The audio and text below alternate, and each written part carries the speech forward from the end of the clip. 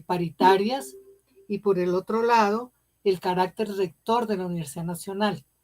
Sin embargo, hemos podido comprobar en las lecturas que revisamos, en los eventos que se han hecho como 10 eventos, y es que tanto en la Universidad Nacional como en la de Antioquia, la conquista, lo concreto que fue el cogobierno, ha sido poco analizado y poco explorado por los estudiosos del movimiento estudiantil. Conozco solo los artículos del profesor Acevedo Tarazona de la Universidad Industrial de Santander, quien ha escrito 2 o 3 artículos sobre la formación del cogobierno, pero más sobre el proceso eleccionario, la composición, y muy poco sobre el hacer de esos 6 meses del cogobierno. Y esta es una deuda, es un vacío que queremos empezar a llenar desde ahora para reconocer ese esfuerzo, para hacer también un reconocimiento de las personas que participaron ahí y para, ojalá en lo posible, incentivar una búsqueda de archivo para que ese evento no quede desapercibido o tapado por lo que pudo ser esta gran acción colectiva nacional que fue el movimiento universitario, profesoral, estudiantil y trabajadores del 71. Y qué mejor que hacerlo con quienes fueron los protagonistas. Nosotros habíamos invitado, estamos esperando a ver si se conecta con Víctor Manuel Moncayo, que en esa época fue pues profesor de la Facultad de Derecho y nominado a ser parte del cogobierno, y que después ocupó la decanatura y durante 2 periodos la rectoría de la Universidad Nacional. Su producción ha sido muy amplia sobre temas diversos de política, paz, derecho, filosofía, pero también sobre temas educativos. El profesor Fernando Sánchez Torres. Fernando Sánchez Torres es un doctor en medicina, fue también representante profesoral al cogobierno, entiendo que por APUN, nominado por APUN, y posteriormente pues se ha desempeñado como rector de la Universidad Nacional entre el 82 y el 84 y como representante de los rectores en el Consejo Superior Universitario, es decir, conoce las trayectorias posteriores de la universidad. Y aparte de todo su desempeño en la carrera de medicina y en los gremios de la medicina, el Tribunal de Ética, pues él es un articulista permanente del tiempo. Hay 2 artículos, un libro y un artículo que quiero resaltar, el artículo sobre Francisco de Paula Santander y la Universidad Pública, con motivo pues de ese suceso en el cual me imagino que muchos participaron, que fue quitar la estatua de Santander, y el otro un libro sobre reflexiones sobre la Universidad Nacional de Colombia. Ahora, no puedo dejar de señalar, y solo encontré que el profesor es un pintor muy destacado de temas sociales, bodeguista y pasajista, que ha hecho exposiciones y hay un libro sobre sus obras pictóricas, lo que demuestra también un panorama también de formación humanista que tiene y a quien le damos mucho la bienvenida por poderlo escuchar. Juan José Arango, Juancho Arango es sociólogo de la Universidad Nacional, lideró el movimiento estudiantil, la construcción del programa mínimo, la participación en los encuentros nacionales estudiantiles, y con motivo de esta trayectoria pues fue nominado a,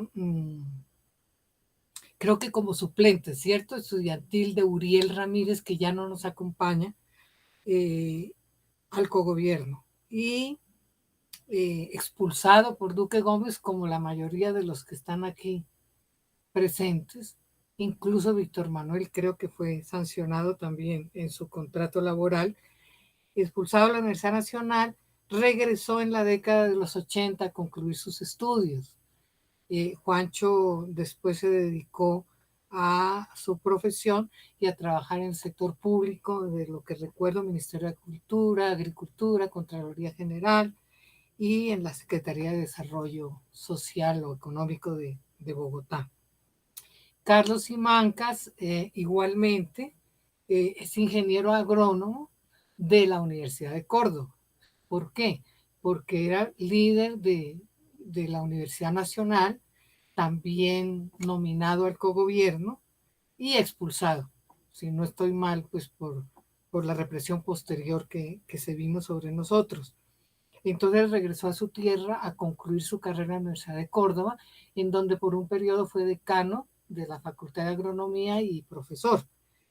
Decide regresar a Bogotá y aquí se dedica a las actividades del sector agrario en Secora, donde pasó la mayor parte de su tiempo, el Ministerio de Agricultura, una incursión como concejal de Bogotá en la política y posteriormente fue secretario de Desarrollo Económico de Bogotá en la administración Petro.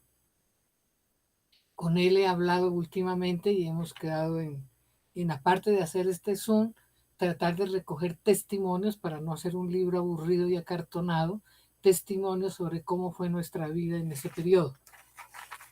Y Samuel Camargo Hidalgo, conocido como Samuelito. Samuelito era ingeniero, creo que civil, ¿no? De la Universidad Nacional, dirigente del movimiento estudiantil, un gran orador en las asambleas y en los comités de base. Y estuvo en el Comité Nacional de Solidaridad, que fue el nombre que se le dio al primer comité con el cual se compactaba la unidad del movimiento a nivel nacional para consensuar y finalmente sacar adelante el programa mínimo de los estudiantes colombianos. Ese Comité Nacional de Solidaridad también estuvo encargado de negociar con el gobierno la fórmula del cogobierno con Luis Carlos Galán y fue parte como de una comisión asesora que ayudaba allí al funcionamiento del cogobierno. Expulsado igualmente por Duque Gómez, regresó en la amnistía de Luis Carlos Pérez a terminar su carrera y se trasladó a Girardot, donde ha hecho su carrera profesional. Es también articulista, varios periódicos y, y también incursionó en la política en Girardot. De todas maneras, son las personas que estuvieron cerca del cogobierno y por eso es importante escucharlas. Y como les habíamos dicho, tal vez porque fue muy corto el periodo del cogobierno, pues no se ha estudiado. Entonces queremos llenar ese vacío. Lo primero que les vamos a plantear es que en 10 minutos cada uno, Juancho, Carlos, Samuel, profesor Fernando Sánchez quiere cerrar las rondas, nos cuenten ustedes sobre todo cómo vivieron personalmente esta etapa.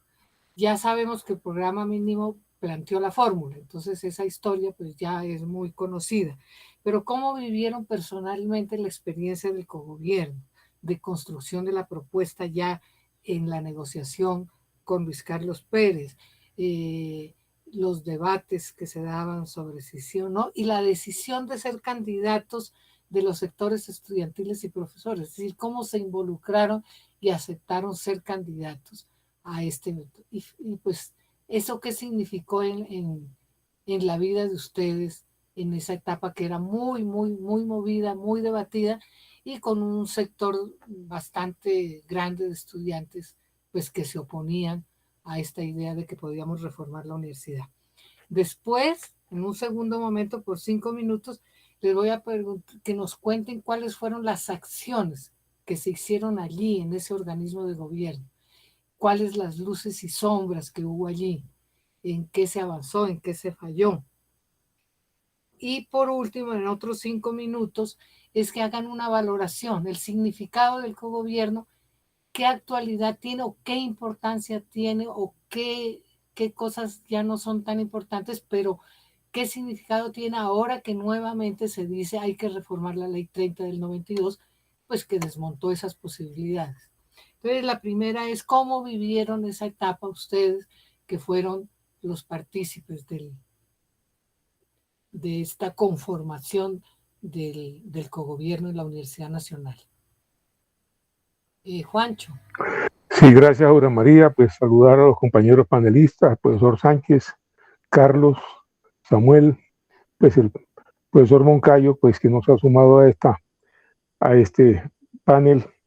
Yo quisiera iniciar señalando pues que nuestra presencia como representantes, en el caso nuestro, estudiantes en el Consejo Superior, en el Consejo Universitario, tal como se denominaba en el 2070, ¿cierto?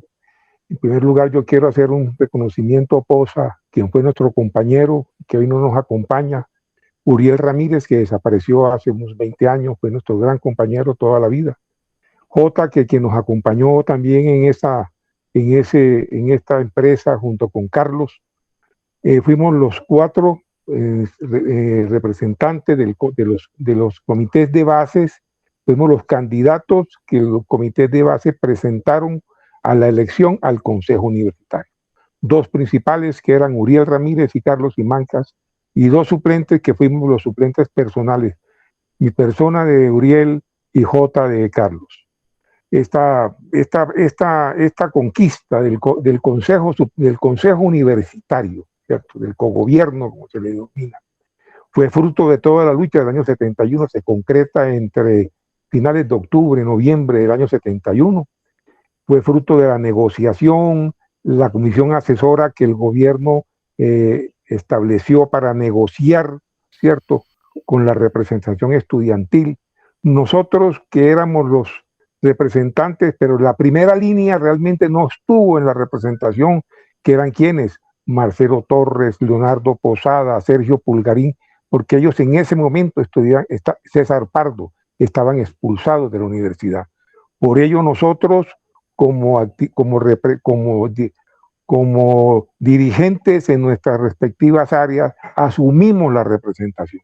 Pues yo quisiera señalar de que hubo si vale el término, una primera línea, que era Marcelo, que era Sergio, que era Leonardo, ¿cierto? Unos de ellos nos acompañan, otros ya se fueron en toda esta lucha y en tantos años y tantos que se han quedado en el camino. Eso en primer lugar quisiera yo señalar. En segundo lugar, lo que venimos, esa negociación con la comisión asesora, yo destaco una cosa, las figuras que el gobierno puso en la comisión asesora eran figuras de primera línea, como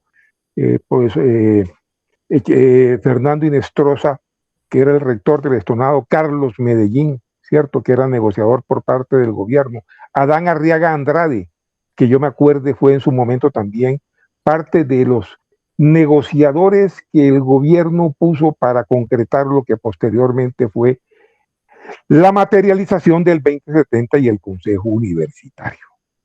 Como tal, nosotros vamos a elecciones, los comités de base presentan una lista, esta lista se cierne, se decanta en un proceso electoral con una nutrida participación. Yo señalo que en ese primer momento había diferencias al interior del movimiento estudiantil, pero en lo fundamental no hubo ningún hecho que dijera no se participamos.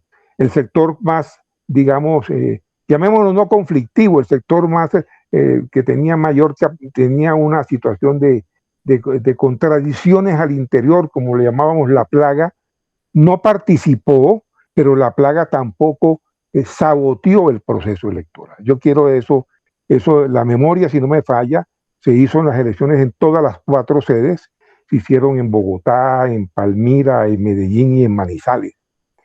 De ello también señalo, por ejemplo, de que la representación que va al Consejo Universitario, que fueron Carlos, Uriel, Ota y mi persona, ¿cierto?, acompañado de todo el apoyo de los comités de base, ¿cierto?, fue lo que realmente nos permitió llegar a ese Consejo Universitario en momentos y acompañados de un respaldo.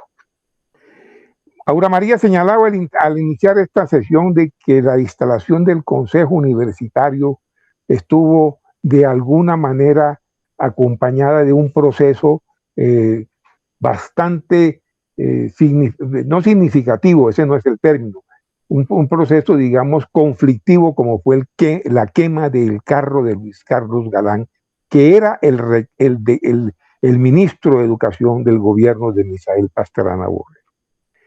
Este hecho fue un hecho que realmente fue como el abre fue el parteaguas de lo que fueron los 4 o 5 meses del Consejo Universitario, de nuestra representación y de la acción. Yo señalo eso porque quienes nos acompañan, nos acompañaron en el Consejo Universitario, y yo señalo de que fue, en primer lugar, la presencia de Jorge Arias de Grace como rector de la universidad. Yo creo que el profesor Arias era un hombre supremamente un demócrata representativo. No sé si aún vive, pero yo lo veía mucho pasear por la Soledad hace algunos años, todavía muy lúcido y muy lleno de vida y con recuerdos de toda su carrera académica. Nos acompañaba el profesor Sánchez, el profesor Moncayo como parte de la representación profesoral al Consejo Universitario. Posteriormente a ellos se suma Hernando, se suma el profesor Patiño de la Universidad de Palmira, la sede de Palmira. Hernando llegó en representación de los egresados de la universidad. Nos acompañaban como decanos, que yo me acuerdo en su momento, el profesor Ayala, que era el decano de arquitectura de la Universidad Nacional de Bogotá, el profesor García de la Universidad Nacional, tanto la Nacional de Medellín como el profesor García, los nombres no tengo presente, que era el decano de arquitectura de Manizales.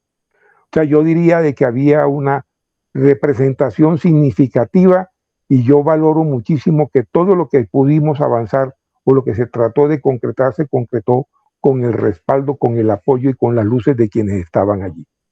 En primer lugar, el primer hecho que yo sí quiero señalar, que me parece importante, fue que el primer acto de la representación, y que lo llevamos y fue aprobado, fue el reintegro de nuestros compañeros expulsados. En este caso señalo el reintegro de Marcelo, el reintegro de Leonardo, de Sergio, entre otros, de César Pardo, que eran los 4 compañeros que de alguna manera representaban y que estaban presentes por parte del movimiento estudiantil y que no pudieron estar ni ser representantes por su condición, que estaban por fuera de la universidad. Posteriormente, y eso lo podemos mirar más adelante, pero yo señalo eso como hechos significativos, como hechos que le dan luz a todo lo que fueron esos 4 o 5 meses. Conflictivos porque posteriormente se dan hechos que realmente complican y entorpecen. A ellos me referiré más adelante. Pero particularmente era que la representación estudiantil era una representación que estaba mediada por la militancia y por los grupos políticos al interior del movimiento.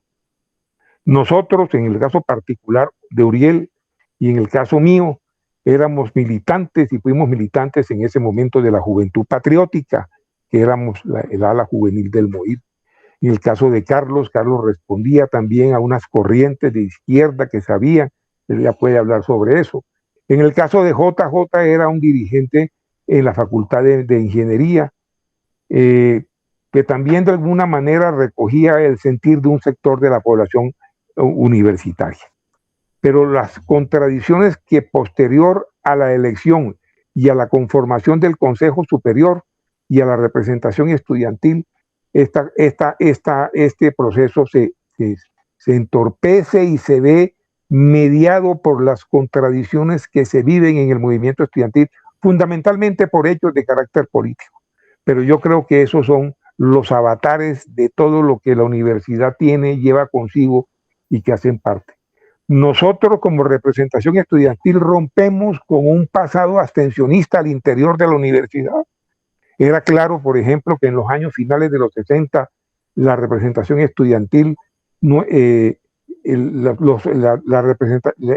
organismos gremiales, por hablar del Consejo Superior Estudiantil, ya se había desaparecido.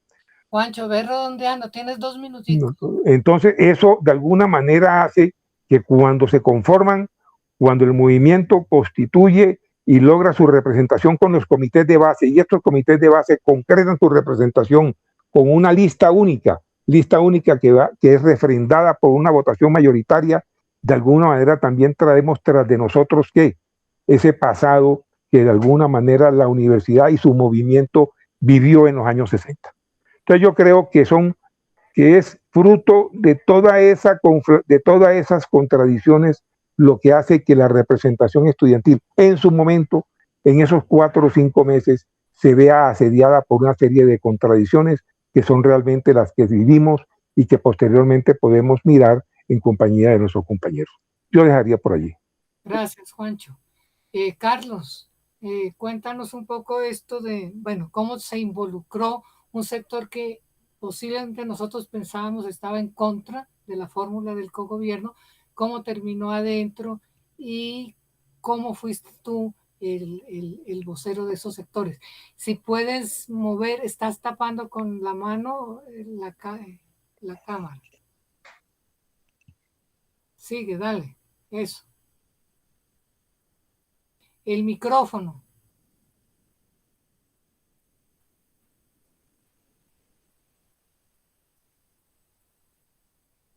Carlos, el micrófono tienes que activarlo. Ahí donde está el micrófono, haz clic.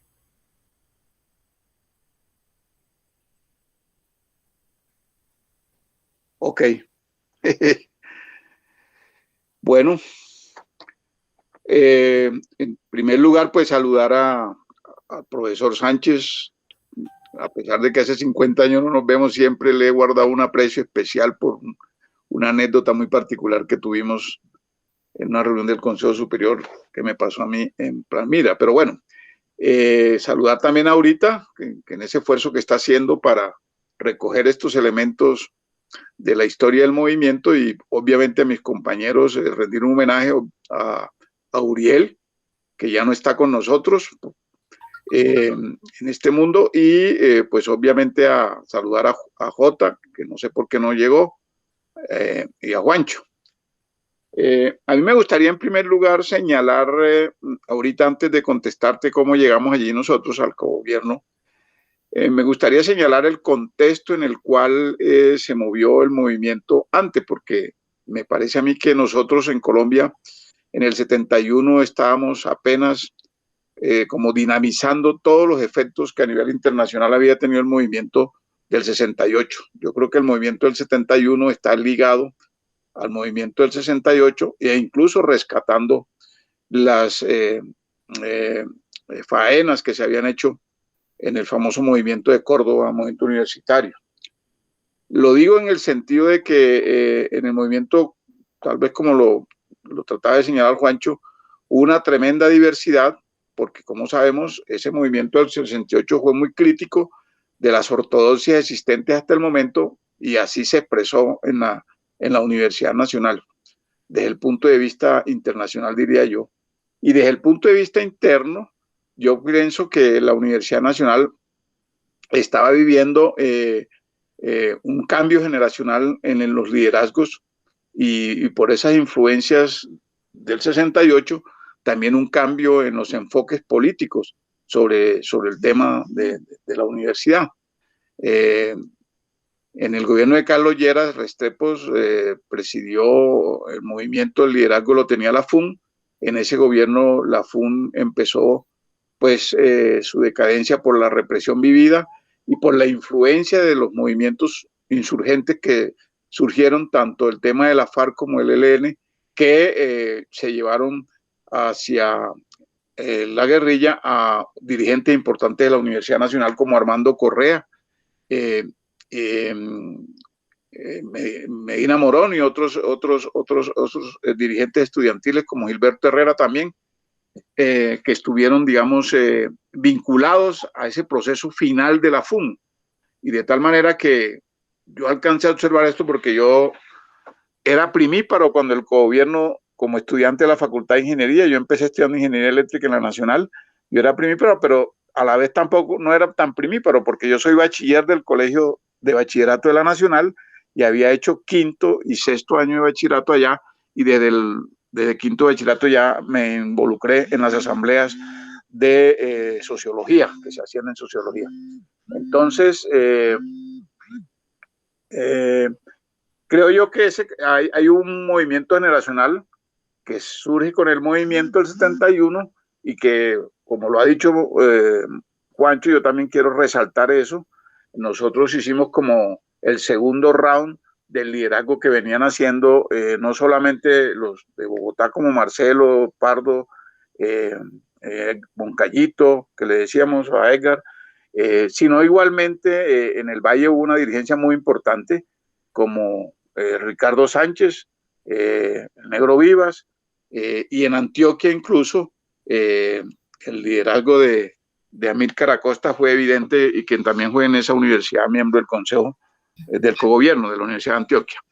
Entonces yo creo que ese contexto da las características de diversidad que tiene el movimiento, en mi opinión, alrededor del cogobierno, pero que además supera la discusión, no totalmente, pero hace mayoría la discusión de la defensa de la democracia. El tema de la discusión sobre la democracia entre las corrientes fue muy importante, y en mi opinión es uno de los aportes iniciales que tiene ese proceso del 71, y es cómo se va valorando el concepto de democracia. Yo, por ejemplo, tengo un concepto nietzscheano en esto, en el sentido de que creo que ha venido un proceso de fortalecimiento del concepto de democracia como un concepto de cultura que puede ser el fundamento de nuestro futuro, pero un concepto de democracia no trascendental a lo kantiano, sino más bien trasvalorado, como lo ha planteado Nietzsche. Es algo que yo he venido mirando y planteándome en el transcurso de todo este desarrollo. Bueno, dicho eso, quiero señalar que en el caso nuestro está presente, yo creo que el autor intelectual de mi vinculación de alguna manera ya en términos concretos al proceso. Yo hacía parte de una corriente democrática, pero crítica con el modelo soviético que lideraban los compañeros de la JUCO al interior de la universidad y en el movimiento de izquierda nacional. Y nosotros nos organizamos en un grupo que lideraba, entre otros, Luis Ángel Parra, destacado personaje en las artes de Colombia. Yo creo que es el propietario de la Galería Sextante aún. Luis Ángel lideraba lo que llamamos Centro de Estudio de Ingeniería, el CEIN. El CEIN era la forma en donde unas personas que éramos más o menos simpatizantes, si no éramos del MOIR, pero sí éramos simpatizantes de esta crítica maoísta que se daba en esos momentos al modelo soviético en las universidades, en el caso particular. A partir de eso, yo desarrollo un liderazgo que venía ya incubándose, les comentaba, desde mi época de estudiante de bachillerato en el Instituto de Aplicación Pedagógica, se llamaba en aquel momento, hoy Colegio Arturo Ramírez Montúfar. En aquella época solamente era Ramírez Montúfar el colegio de primaria, y desarrollo un liderazgo, digamos, yo vivía desde esa época, mis paisanos me acogieron y yo era pirata en la Gorgona que llamábamos la residencia Uriel Gutiérrez, hoy sede de la rectoría, entre otras cosas.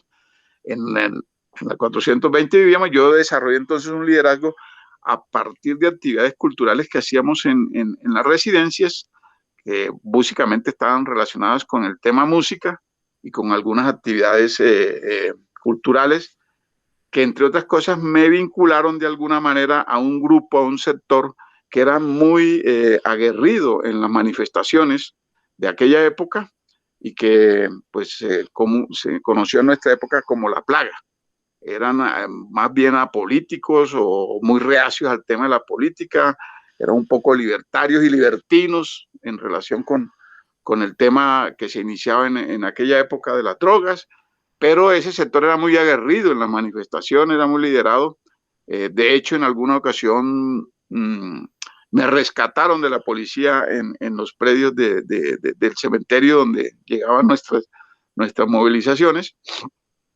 Y ese sector se volvió un sector importante dentro de las manifestaciones, pero ellos fueron al gobierno hicieron un acuerdo, un sector de ellos por lo menos, con un sector en aquel momento, Evelio Daza, que posteriormente fue decano de Derecho de la Nacional, y en aquel momento yo era como una especie de puente entre estos sectores radicales, pero más por ideas políticas, más por la participación en esos eventos culturales de las residencias. Y evidentemente hacíamos nuestra militancia, digamos, como Grupo SEIN y CELUT. Queda un minutico. Bueno, entonces, en esas circunstancias, en la reunión del comité de base, creo que fue Samuel Camargo quien se le ocurrió proponer, yo pienso que por razones electorales de ese liderazgo que se tenía, propuso mi nombre en la lista única de los comités de bases, que fue aceptada. Yo no estaba en esa reunión de la Asamblea de la Facultad de Arquitectura, pero fui informado de que fui seleccionado para esa y propuesto por Samuel Camargo. Creo que él podrá confirmar eso o no. Así fue como se dio la vinculación nuestra al proceso y de alguna manera hice muchos esfuerzos, porque yo era estudiante de primer semestre de la Facultad de Ingeniería Eléctrica, y de todas maneras, a pesar de un incidente que tuve con el profesor Soriano Lleras, en el sentido de que me vetó de su clase por haber invitado a los compañeros a las asambleas, de todas maneras me pude vincular al movimiento y bueno, ya en las medidas, en la próxima sección, podríamos hablar ya de la visión y las medidas que tuvimos, impulsamos y apoyamos en las primeras arrancadas de funcionamiento del Consejo Superior. Gracias. Samuel, pues tú fuiste del Comité Nacional de Solidaridad, que fue el primer pegante del movimiento estudiantil nacional. Y como te dice Carlos, pues movías muchísima los hilos y la influencia en la Universidad Nacional. Cuéntanos un poco después en la llamada comisión asesora, bueno, ¿cómo fue toda esa trayectoria desde tu punto de vista? Tienes 10 minuticos.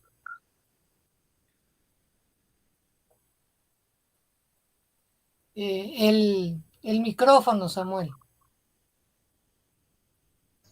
Ya, ahora sí. Sí. Te saludo, Dora María, y te felicito por estos eventos tan importantes que organizas. Y porque pues te conozco hace muchos años, no digo cuántos, porque crean que somos viejos. Saludo a Simancas, saludo a Juancho y saludo al profesor Sánchez. Hay que recordar un poquito cómo se originó el gobierno. Es decir, hubo un movimiento en Cali, un movimiento democrático por el nombramiento de directivos que fue golpeado, sometido a represión. Y de inmediato en todo el país se creó un movimiento de solidaridad, se llamaba así, Movimiento de Solidaridad en Cali, y Movimiento Estudiantil de Solidaridad. Y nos desplazamos a Cali, y de un encuentro estudiantil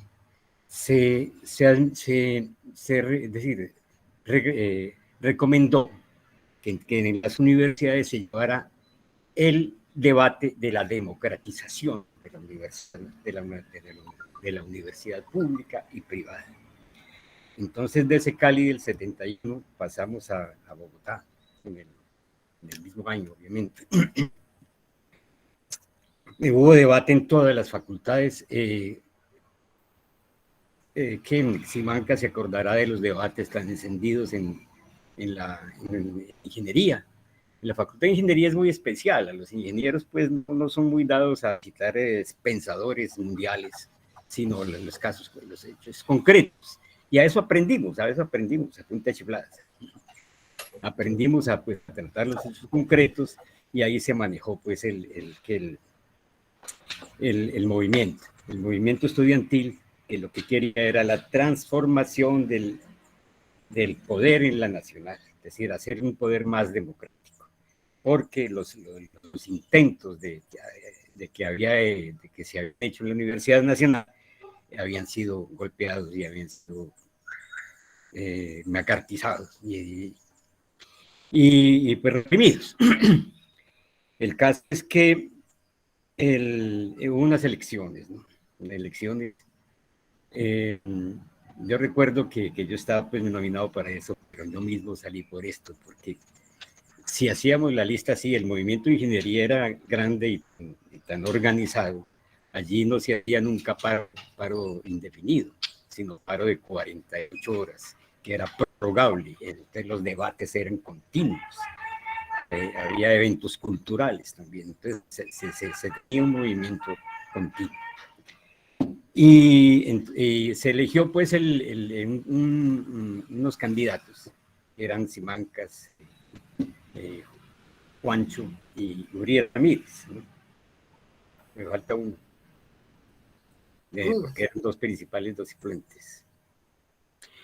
Y esa lista se lanzó a elecciones y se ganó, los candidatos nuestros ganaron en una relación de 4-1. Fue un triunfo indiscutible. Los candidatos estaban pues ahí como Carlos Simancas y Juancho Arango y Uriel Ramírez, que ya murió. Yo lo que recuerdo pues así importante es que el movimiento estudiantil ya no hablaba en términos de la Universidad Nacional, sino en términos mundiales. Se hablaba del movimiento de Francia, el 68. Se hablaba del movimiento de México, también 68. Y eso pues nutría los debates. Simancas, tú sabes que mientras en otras había paro general, en la nuestra había solo 48 horas y cada 48 horas era una pelea, un debate, ¿no? Entonces eso enriqueció mucho el movimiento y por eso pues el movimiento tenía una carga, tenía un peso importante en ingeniería, ¿no? Y así se lanzó elecciones y así logró pues un reconocimiento en escala de primero pues en la escala de la Universidad Nacional y posteriormente a nivel nacional. Yo termino ahí, Abraham. Profesor Fernando Sánchez, cuéntenos cómo fue su involucramiento y cómo fue su nominación y por qué se interesó en meterse en ese gran logro, en ese gran lío, no sé. En primer término, quiero darle mis agradecimientos a la revista de Ciencia Política por haberme invitado a esta reunión tan agradable, a rememorar hechos de hace 50 años. Acepté gustoso formar parte porque son personas amigas las que van a participar o estamos participando, no obstante que en aquella época estábamos en orillas distintas. Lo que pasa es que el tiempo va achicando esas distancias de las orillas y hoy estamos más cerca en aquella época. Como ya se dijo, los finales de la década de los 60 estuvo caracterizada por una rebelión estudiantil, llamémoslo así, en todas las universidades del mundo. La Universidad Nacional no fue ajena a esto. Esta rebelión pues era de carácter político, no nos digamos mentiras. Y los profesores en la Nacional, liderados por profesores de izquierda, crearon los llamados claustros. Los claustros, pues, que eran muy atractivos. Yo creo que la gran mayoría de los profesores de la Universidad Nacional formamos parte de los claustros. Hasta el momento en que nos dimos cuenta que la academia estaba en un segundo plano. La política era lo importante. Era una política marxista, con distintas vertientes. La izquierda estaba muy dividida en aquella época. Los profesores y los estudiantes no estaban unidos, sino estaban divididos. Había muchas vertientes políticas. Cuando yo me di cuenta, pues, que la orientación de los claustros no era académica, sino política, me retiré. Conmigo se retiraron muchísimos profesores y entonces creamos un grupo que se llamó Profesores Independientes o Moderados, el grupo de los profesores independientes o moderados. Cuando el ministro Galán creó el Ministerio de Educación en la propuesta del cogobierno, pues nos entusiasmamos todos. Eso era lo que estábamos reclamando, que la universidad tuviera autonomía para manejarse, para su gobernanza. Y eso era lo que proponía el Luis Carlos Galán. Crear un consejo de 10 miembros de manera transitoria. El consejo no se llamó, no era definitivo, sino transitorio. Pero quiero contarle pequeña historia que ha estado oculta. Se convocó para un viernes 26 de noviembre, creo, la instalación del consejo en lo que es hoy la Facultad de Medicina, que allí donde sesionaban la rectoría de la universidad y el Consejo Superior.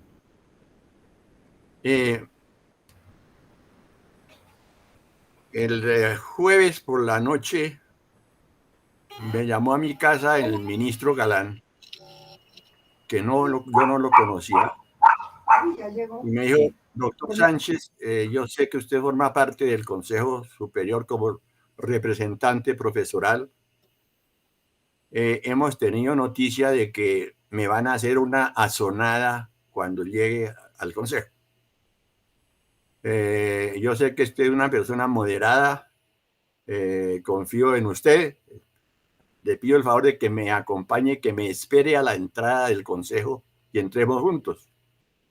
Evidentemente, yo lo esperé a las 8 de la mañana, llegó él, entramos, íbamos hacia la sala del consejo, que era en el segundo piso, y tras nosotros una turba de estudiantes agresivos, botándonos. Había unas cajitas llenas de arena para echar las colillas de los cigarrillos, las alzaban y nos las tiraban. Y por el camino me dijo Luis Carlos Galán, me dijo: doctor Sánchez, parece que vamos a tener un consejo tormentoso, una sesión tormentosa, ¿no es cierto? Y le dije: así parece, ministro. Y evidentemente fue una sesión tormentosa. La inauguración no fue agradable, fue tormentosa, porque le quemaron el carro a Luis Carlos Galán. Hubo intentos de echar la puerta abajo. Un grupo de estudiantes a patadas golpeaban la puerta de donde estaba sesionando el consejo. Afortunadamente, el profesor Ricardo Velázquez, que era profesor de artes, y la profesora Nelly Garzón, profesora de enfermería, contuvieron a esos energúmenos y impidieron que tumbaran la puerta. Quién sabe cuál era la intención, seguramente secuestrar al ministro. A pesar de eso, el consejo siguió sesionando, pero no porque lo solicitara el ministro, porque los que estuvimos allí presentes, ¿no es cierto, Carlos Simancas? El ministro recibió una llamada del presidente de la República y escuchamos la conversación. El presidente ofreció mandarle el batallón guardia presidencial, como habían hecho cuando secuestraron a Carolina Restrepo, y Galán le dijo: no, presidente, aquí no está pasando nada, todo está normal, no envíe tropas ni nada. Sin embargo, tanquetas de la policía llegaron, y entonces la representación estudiantil se retiró, que ellos no seguían sesionando en tanto hubiera fuerza pública en el campus universitario. La policía se retiró, se reanudó la sesión del consejo, que realmente me acuerdo mucho de Uriel Ramírez. Él era la voz cantante de la representación estudiantil. Era muy vehemente, era irreverente, pero era muy inteligente. Era un personaje, indudablemente. En medio de nuestra diferencia, yo le tuve aprecio, como se la tuve y se la tengo a Carlos Simancas. Entonces, entre Uriel y Carlos no dejaron hablar al ministro. Cada rato lo interrumpían y nos expusieron cuál era el propósito de la presencia de los estudiantes en el Consejo Superior. Ya lo mencionaron acá.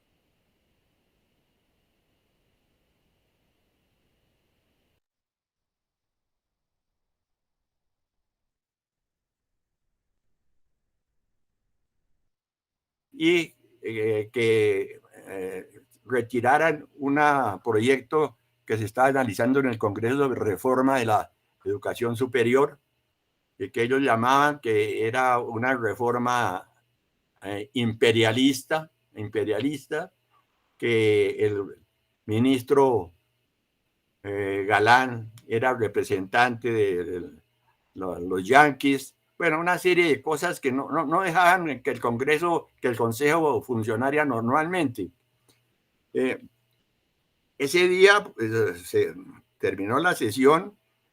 Yo salí en una tanqueta de la policía con el ministro Galán y con algunos periodistas. Esto pues no era buen augurio. Se veía venir que el Consejo no iba a tener futuro, como en efecto no lo tuvo. Todas las sesiones fueron difíciles, tormentosas. Al día siguiente, el sábado, el Consejo, con una actitud autónoma, se reunió, pero sin la presencia del ministro y sin la presencia del rector, del Fonseca. En un acto de soberanía, el Consejo se reunió. Entonces el gobierno mandó a decir que esta sesión no sería válida desde el punto de vista jurídico, puesto que contrariaba el decreto 1270, que era el que ha creado el cogobierno. En ese decreto se establece que el presidente del Consejo era el rector o el ministro, y no estaba ni el rector ni el ministro, de tal manera que era inválida esa reunión. Después el presidente Pastrana nos invitó a una reunión a los miembros del Consejo. Allá estuvimos no en la Casa de Nariño, porque en esa época el presidente despachaba en el Palacio San Carlos. Allá nos reunió el presidente de la República para que reflexionáramos sobre la importancia del cogobierno y de la importancia de que no se alterara, que continuara en busca de sus propósitos. Yo quiero pues dejar acá, porque he explicado cómo llegué a la... advierto una cosa, en las elecciones hubo una gran abstención, hubo una abstención de un 50%. Los que más participaron fueron los estudiantes. Los profesores, muy pocos participaron. La representación profesoral estuvo, pues, como ya se dijo, con el doctor Víctor Manuel Moncayo y yo. Hubo 4 decanos, porque así lo incluía la reforma, 4 decanos, 2 de Bogotá y 2 de las seccionales, 2 estudiantes, 2 profesores y un representante de los egresados. En estas primeras sesiones no había egresado, todavía no se había hecho la elección del egresado. Y el Consejo estaba presidido por el rector Fonseca o por el ministro. ¿Podemos seguir después en la segunda ronda? Sí, en la segunda ronda quisiera decir algunas cositas. Sí. Muchas gracias. Muchas gracias. Bueno, con 5 minutos hacemos una ronda y la idea es ¿cuáles fueron las decisiones más importantes que se tomaron en el cogobierno en estos meses? Si esas tuvieron algún impacto y cuáles fueron digamos, las luces y sombras de la experiencia. Yo les decía que el día que se instaló y se quemó el carro de Galán, yo sentí que el cogobierno había nacido prácticamente muerto. Me deprimí. Y ahora me pongo a pensar si nos faltó a quienes ganamos esas elecciones del cogobierno precaución en lo que iba a pasar, en que esos hechos los hubiéramos podido con gente, ¿no? Impedir. Pero bueno, independientemente del hecho de Galán, la idea es que nos cuenten ya ustedes en esos 6 meses. Yo recuerdo que pagaban unas inserciones en el tiempo sobre los préstamos universitarios, sobre los créditos externos con el BID, etcétera. Entonces, ¿cuáles fueron las decisiones más importantes que se tomaron y cuáles fueron las que molestaron al Estado, al gobierno? ¿Y qué faltó también? Juancho. Sí, yo quisiera señalar primero que todo que la misma composición del Consejo Universitario ya de por sí señalaba un triunfo claro, como señalaba o anotaba el profesor Sánchez. El Consejo Universitario era un consejo estrictamente conformado por la representación de la comunidad universitaria. No había representación como antaño, el delegado de la curia, el delegado de los gremios, etcétera, etcétera. Era una representación que correspondía a quienes hacían y llevaban vida universitaria. Era el subrector, en representación, el ministro de Educación o en su representación el rector. 4 decanos, 2 de las sedes de Bogotá, 2 de las sedes de fuera de Bogotá, 2 profesores, 2 estudiantes con sus suplentes y un representante de los egresados. Esa misma composición, que es una composición que yo creo que es fundamental porque después, y pese a que el cogobierno o el consejo universitario tiene una vida efímera de 4 o 5 meses, encontramos que en lo fundamental esa composición rompió la tradición anterior. Ya de ese momento para acá, los consejos superiores, ustedes me pueden corregir, de alguna manera recogen que quienes participan en ellos son quienes hacen vida universitaria.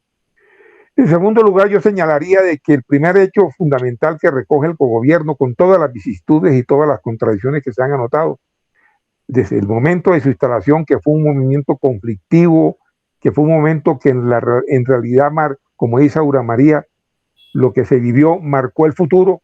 De alguna manera también encontramos que el cogobierno fueron yo señalo 3 hechos básicos. Primero, el reintegro y el reconocimiento de que los estudiantes que habían sido expulsados debían volver. Se dio entonces el reintegro de quienes estaban por fuera y que habían sido expulsados de la universidad. Incluso recogimos y se dio el reconocimiento y la amnistía y se vinculó nuevamente a la universidad a dirigentes de la década del 60, como fue el caso de Guido Gómez.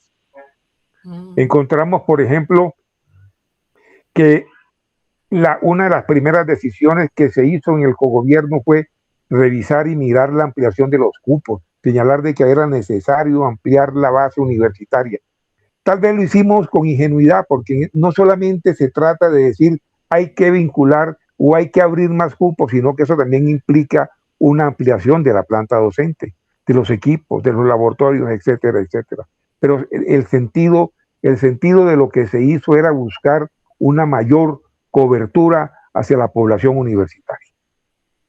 Un tercer elemento que yo señalo muy rápidamente era que habían unos empréstitos que se habían hecho con el BID para efectos de todo el tema de remodelación, de ampliación de la planta física, etcétera, etcétera.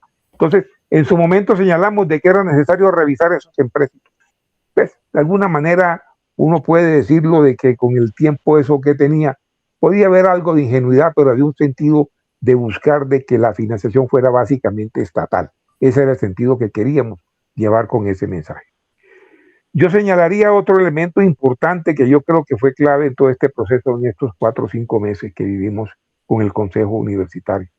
Y es básicamente lo que tiene que ver con tratar de que la universidad respondiera y recogiera el sentir de estudiantes y profesores para efecto, digamos, de lo que se llamaba las promociones académicas, todo lo que tiene que ver con las especializaciones, las maestrías, los doctorados. El cogobierno se preocupó porque eso se diera, porque hubiera una calificación y una promoción de su planta docente, recogiendo un sentir de los profesores también, que hacían parte del Consejo Superior.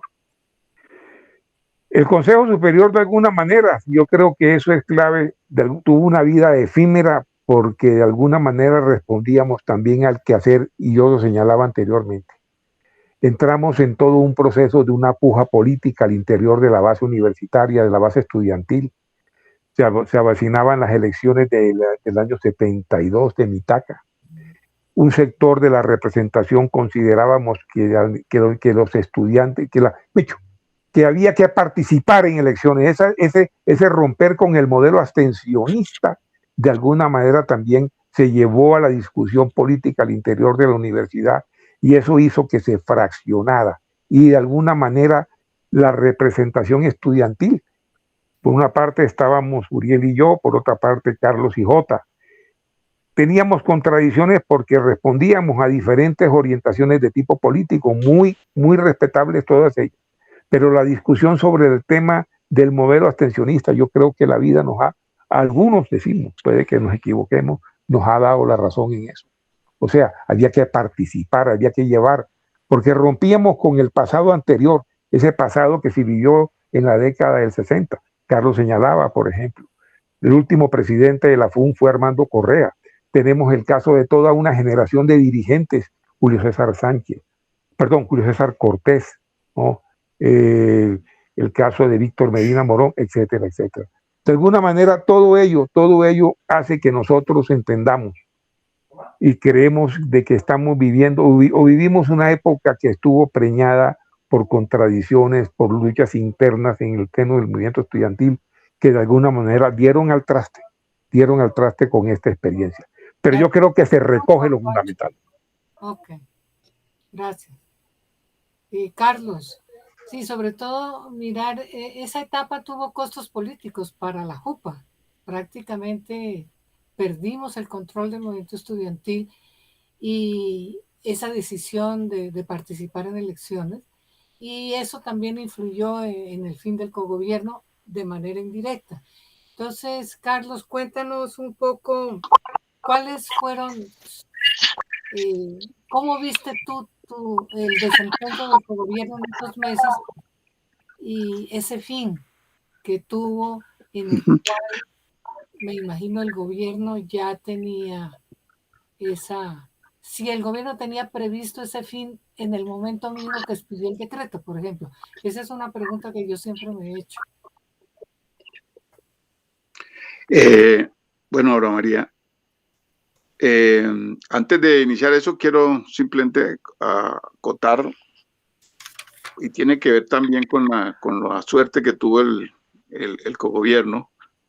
Yo creo que la primera sesión que relataba muy descriptivamente el profesor Fernando Sánchez, que era una violencia, pero no era una violencia, incluso ni siquiera para pensar en que iban a secuestrar al ministro en algún momento. No era ese nivel.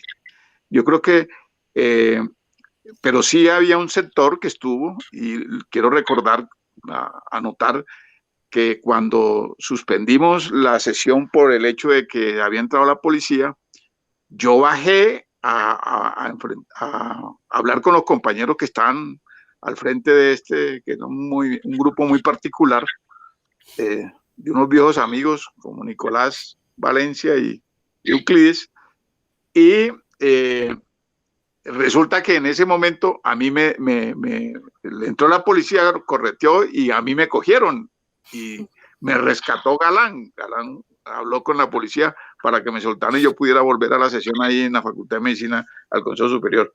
Ese es un hecho, pero la ausencia de diálogo arranca aquí en principio con ciertos sectores, y yo creo que la riqueza del movimiento del 71, que viene del 68, que es la riqueza de la diversidad crítica, no fue apropiada por muchos de nosotros, y con el tiempo es donde nos hemos venido a mirar que en vez de ver negativo esa diversidad de criterios que había, lo que hubo fue una incapacidad de coordinar esa diversidad por la dirigencia, en mi opinión, en mi particular opinión.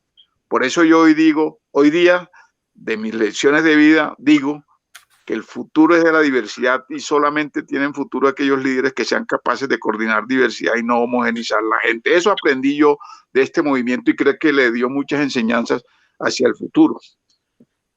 Posteriormente, incluso yo fui invitado por Galán a Río Negro, a la Fundación del Nuevo Liberalismo, y ahí estuve acompañando a Luis Carlos Galán hasta su vil asesinato. Bueno, Aura María, en relación con las decisiones que se tomaron, que vimos el gobierno, yo en primer lugar señalo la que por 2 veces ha reiterado Juancho, que es el reintegro de todo este liderazgo estudiantil que estaba por fuera de la universidad, la llegada, y esa segunda decisión de ampliación de cupos que nos llevó incluso hasta, ya se habían cerrado las inscripciones, a reabrir las inscripciones. Detrás de ello había una concesión que a mi modo de ver vale la pena mirar con un sentido de mucha más crítico y de mucha más responsabilidad. Yo recuerdo que la intención de masificar la universidad en aquel momento nos puso en un debate fuerte con el profesor Jesper Eduardo Pérez, quien lideró una crítica bastante robusta en aquel momento para esta decisión que yo diría tiene mucho de emoción y de compromiso de nosotros en aquel momento de las ideas del Consejo Superior. En segundo lugar, este debate de la intervención del BID, de los préstamos del BID, y que detrás de él había un debate de fondo, que era el tema de la crítica a la departamentalización de las universidades, de que se crearan los departamentos. A mi modo de ver, equivocado también, porque creo que lo que fundamentaba esas facultades que no tenían áreas específicas, de alguna manera no le imponía algún rigor a ciertos caminos del conocimiento especializado y hacían que nuestras universidades, por ejemplo, no hubieran avanzado a fondo en los estudios de posgrado. Es evidente que este tema de la especialización que institucionalmente se expresa en la departamentalización de generar departamentos en las facultades, pues generaba una mejor disposición para abordar la investigación y la creación de nuevos conocimientos. Y ello fue lo que realmente permitió en el futuro que hoy día, por ejemplo, nosotros tuviéramos universidades ofreciendo doctorados, posgrados a ese nivel, aunque como sabemos, nuestro caso, la falta de rigor en muchos casos genera hoy día incluso programas de esos bastante cuestionados, digamos, por su falta de rigurosidad, esa tendencia que tenemos nosotros a hacer las cosas así tan rápido. Pero a mí me parece que hay un debate, reitero, que lo planteó el profesor Eduardo Pérez a fondo, y la discusión sobre nuestra concepción de la penetración imperialista que decíamos en aquel momento en la universidad, tenía lo que la historia nos ha enseñado es que, en mi opinión, tenía una equivocación en cuanto no permitía un desarrollo institucional para avanzar en formas nuevas de conocimiento. Pero a su vez indica que la aparición del cogobierno, la aparición del movimiento, la búsqueda de autonomía de los estamentos de la universidad permitieron de todas maneras generar esas discusiones y permitieron avanzar en los temas en que hoy día por lo menos nos encontramos en la universidad. Finalmente, ahora yo quisiera decir esto, yo tengo un desacuerdo, por ejemplo, con esa idea de obviamente con mucho cariño y respeto, porque quiero mucho a la Universidad Nacional, a pesar de que allí no me gradué finalmente, pero este tema del carácter rector de la Universidad Nacional en nuestra sociedad, a mí me suena un cierto hálito, es un poco hereje lo que voy a decir, pero me suena un cierto hálito centralista de la concepción que existe en esta sociedad frente a los territorios y frente a fortalecer una visión más centralista que descentralista y del papel de los territorios. Si el área de conocimiento aún en esos niveles se concentraliza de esa manera, pues ahí hay problemas. Esto no quiere decir que la Universidad Nacional pues no tenga el papel que tiene y las dificultades que ha tenido, porque otro papel de nosotros fue el tema del financiamiento que ya se tocó. Precisamente hubo un gran debate en esa reunión que habló el profesor Fernando Sánchez, la primera que tuvimos en el Palacio de San Carlos, con el ministro de Hacienda de aquel entonces, que a mí se me pasa, pronto el profesor Sánchez sí lo puede recordar bien, era un ministro muy buena persona que me encontré muchos años después y conversamos mucho sobre esto, pero que fue muy rígido, muy fuerte los planteamientos que nos hizo frente a los temas de la posibilidad de financiar, ampliar el presupuesto de la Universidad Nacional. Si quieres dejo ahí. Gracias. Aura. Samuel, en los entretelones de la comisión asesora y de los que seguíamos desde los grupos políticos la actuación del cogobierno, ¿tú qué nos puedes contar y de tus archivos, que yo sé que existen, esas decisiones, las actuaciones, esta vida tan corta y los claroscuros del cogobierno. ¿Tú cómo lo ves? El micrófono, Samuel.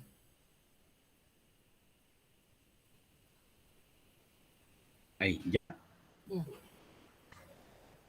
Que los claroscuros del cogobierno, podemos decir que lo claro fue el cogobierno y lo oscuro fue la decisión de Pastrana de acabarlo de un plumazo. Pero el cogobierno fue un inicio de lo que podría ser una universidad mundial, una universidad pública, lanzada a lo más avanzado de la ciencia. Yo me refiero pues a una cosa muy, muy directa que yo viví, que fue la reforma del pensum en ingeniería mecánica. Yo recuerdo que yo aporté, dije, 2 termodinámicas, 2 semestres de la termodinámica me parecen pocos. Y expliqué por qué, pues no lo voy a explicar ahora porque no tiene sentido, ¿no?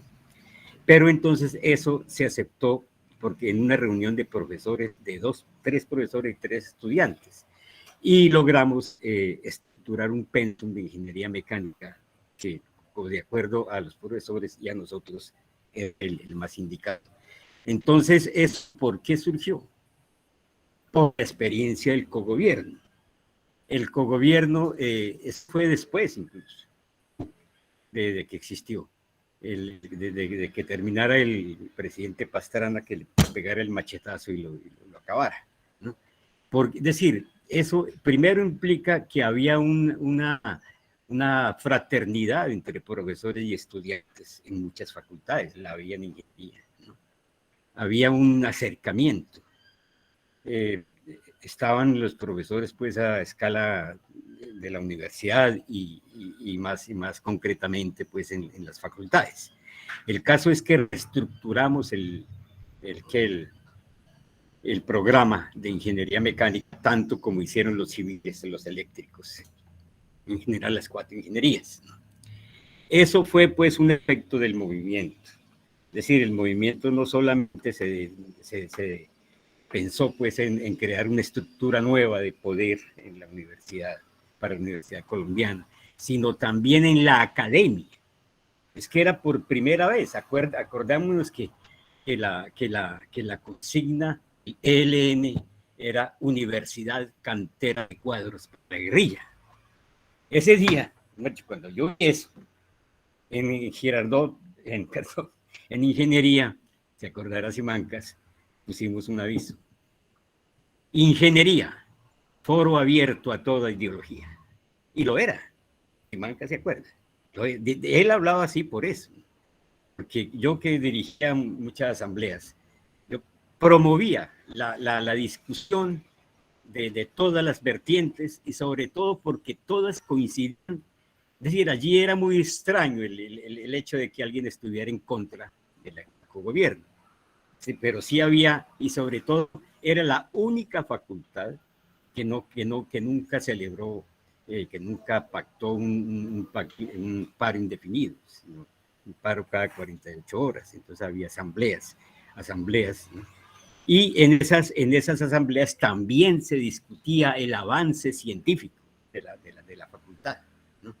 Y por eso, por ejemplo, por eso creo yo que cuando hubo las elecciones al Consejo Superior Universitario y los delegados estudiantiles, había uno de ingeniería, la gente votara masivamente. Porque allá, pues, en esa facultad, la gente pensaba, los ingenieros pensaban en términos de ingeniería, es decir, en términos de ciencia. Y eso, lo importante de la juventud patriótica de esa época que dirigía Marcelo Torres, era que nosotros recogíamos esa bandera, la ciencia, la promoción de la ciencia en la universidad. Y los profesores también. Entonces hubo una época de oro en la Nacional, cuando el nivel académico era altísimo, o era alto, pues, digámoslo así. Y yo creo que esa es la principal enseñanza, o la principal lección que nosotros damos a las nuevas generaciones. No fueron las peleas, no fueron las pedreas en la 26, no fueron las invasiones militares, ¿no? A mí, por ejemplo, me molieron a palos, a mí me rompieron el brazo derecho a bolillazos, ¿no? Y yo asistía a mis clases y yo recuerdo que escribía con las manos debajo porque con el yeso no me dejaban ponerlo encima. Pero bueno, pero son cosas, pues, gajes del oficio. Y así se logró tal vez el movimiento más importante de toda la historia. Lo digo, es decir, la intervención mía en este punto es para decir que eso sirvió en las facultades para profundizar en el asunto científico, no solamente en el asunto del bienestar estudiantil. Gracias, Samuel. Pues esa parte me parece muy importante porque si vemos el cogobierno solo como la estructura superior, no vemos estas transformaciones que pudieron darse en las facultades, en el conocimiento y en las universidades. O revisando ayer papeles encontré, por ejemplo, que hubo una forma de cogobierno en la UIS, pero que no fue por decreto ni fue reglamentada. Y los de Nariño me han dicho que desde el año 72 hasta ahora se respeta la decisión, el gobernador respeta la decisión de profesores y estudiantes para elegir sus directivas y que esas son formas que han ido, que decantaron del movimiento del 71. Eso de la UIS, por ejemplo, sería muy interesante investigarlo más. Lo mismo que invitar a los de Antioquia que nos cuenten cuál fue esa furtiva experiencia, porque ellos conformaron el cogobierno en enero y en mayo esa experiencia creo que murió.